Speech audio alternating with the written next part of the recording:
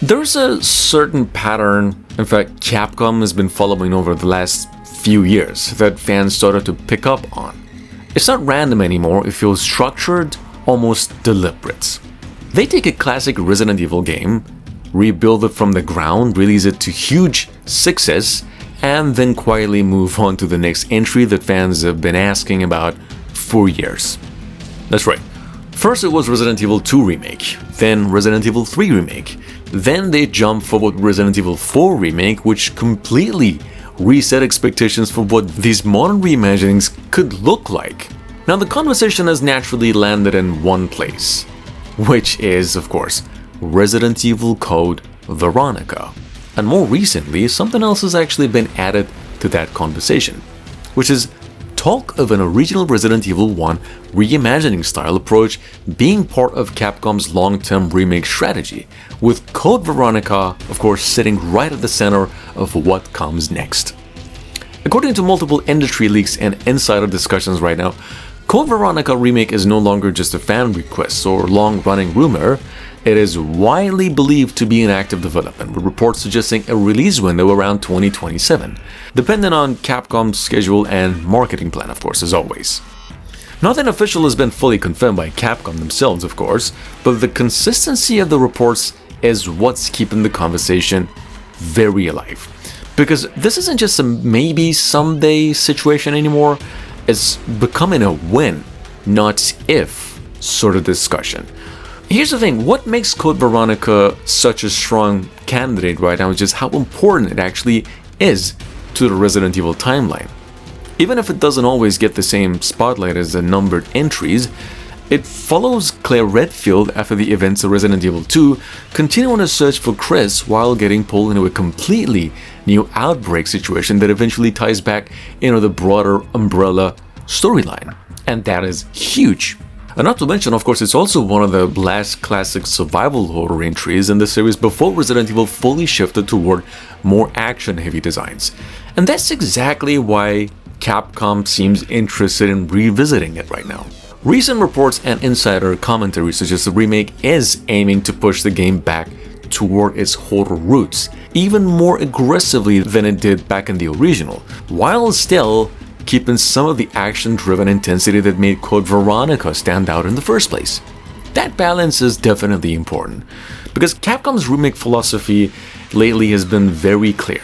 Don't just recreate the game, reframe it for modern horror expectations, which is just genius.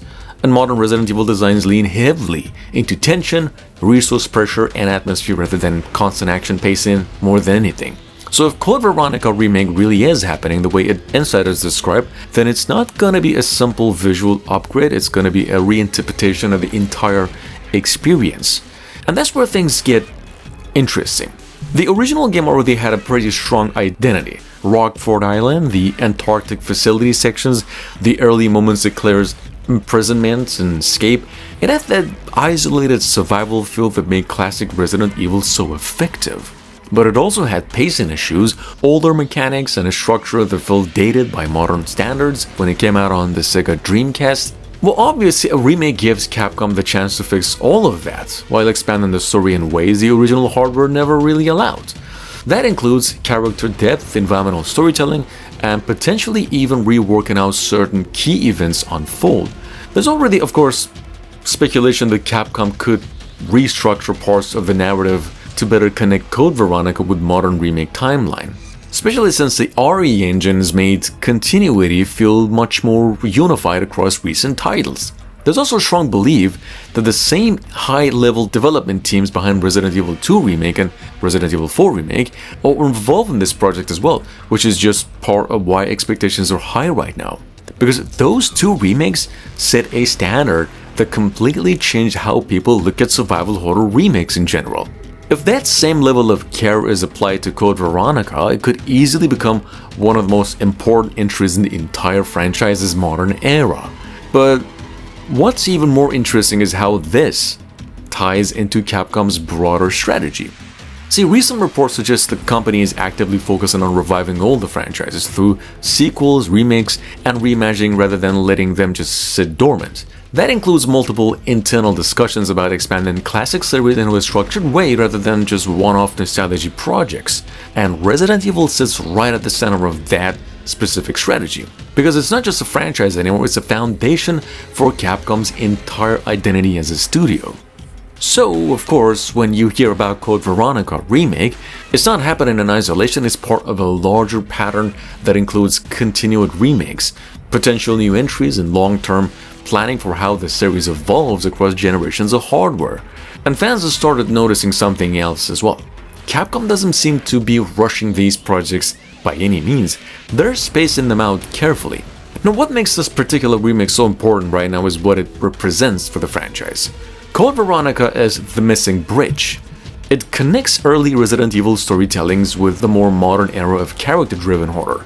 Claire's story, Wesker's evolution, the continuing fallout of Umbrella, all of it sits in a position that feels incomplete in the current remake timeline. That's right, bringing it now back isn't just about remaking an old game, it's about filling a gap in the modern Resident Evil structure. And of course, if Capcom really does push the horror direction further, as insiders suggest, then this could end up being one of the most intense survival horror experiences in the series. And if Capcom really does push the horror direction further, as insiders suggest, then this could end up being one of the most intense survival horror experiences in the series. Not because it will rely on shock value, but because it'll likely lean into pressure, isolation, and vulnerability in a way that modern hardware can fully support. Imagine tighter environments, more reactive enemy behavior, smarter resource scarcity, and a world that feels less like a game level and more like a collapsing system you're trying to survive inside.